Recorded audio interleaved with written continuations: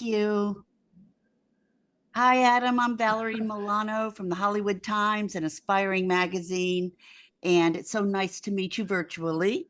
Nice to meet you, Valerie. Thanks for having me. Thank you so much. So, Adam, congratulations on Star People. This is your first narrative feature. What made this story and this moment the right one for your debut? Oh, that's a great question. Well, I grew up in Phoenix, and in Phoenix in the late 90s, in 1997, actually, there was this incident called the Phoenix Lights, where thousands of people in Phoenix saw these, well, not just Phoenix, but in some other parts of Arizona, saw these strange lights moving across the sky. And it's never been fully explained. There's been a lot of investigations into it, and the people who witnessed it are the ones we had a family friend, and I later would meet other people that saw them. Were very moved by what they saw, and it remains the largest mass UFO sighting in U.S. history. So that had always sort of stuck with me.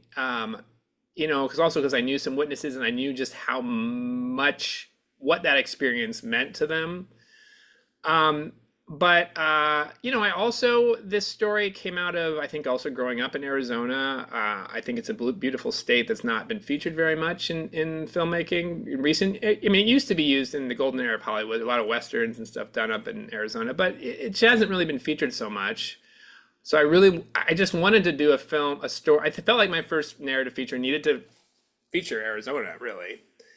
I also growing up in the 80s, in the era of like Carl Sagan and the Voyager spacecraft. It was like a time of discovery where the first sort of images of our universe were kind of coming into being. We didn't have the Hubble yet and all these images we see all the time now.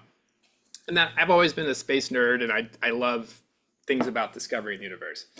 So that's one element of it. But the other element was I directed a documentary about 10 years ago called The Business of Recovery about the addiction treatment industry. And that experience, I met a lot of people struggling with substance abuse and trauma, and I learned a lot in that.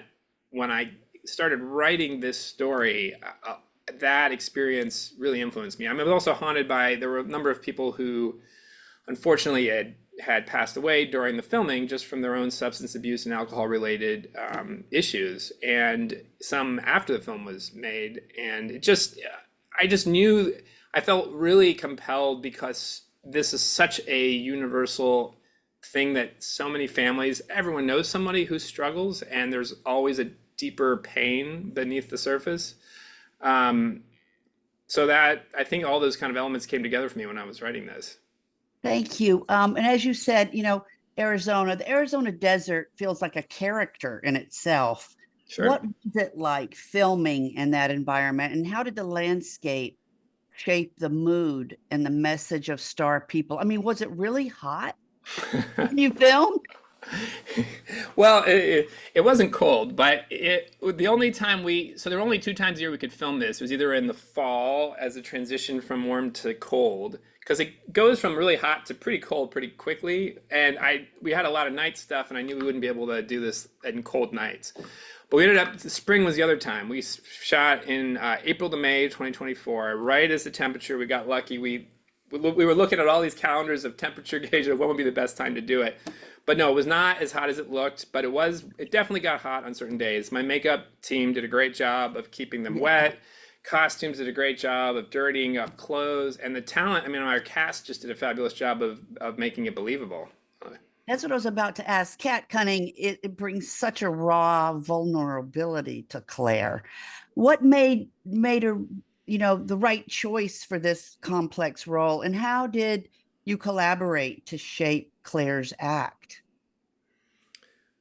Well, when I first saw Kat did a tape, and I just remember seeing this on, because it's all through Zoom, all the audition processes these days. And I know that's limiting to some actors, but the fact that I was able to see that and Kat just jumped off the screen with the performance, I was able to sense their ability to portray this obsession and vulnerability. And through our conversations, I think there was just a sense of building out the story that's not even on the page, and just also understanding how their process worked, because every actor has kind of their own process. Sometimes they're not exactly the same. And my job was just to really discover that and, build trust so that we were able to get to set. Kat was able to bring this vulnerability, and not hold back and really give us a really true performance. The film hits theaters July 25th and VOD on August 12th through Blue Harbor Entertainment. How has it been working with a distributor that's focused on empowering filmmakers? Well, it's been great. I mean, this is my first experience with a narrative feature, so I don't have anything to compare to, but they have they definitely connected to the film from day one, which I thought was very important. Because indie films, like, I think it's easy for a film to end up on a shelf or in a way that nobody really knows about if they don't have sort of the right partnership to help get it out there.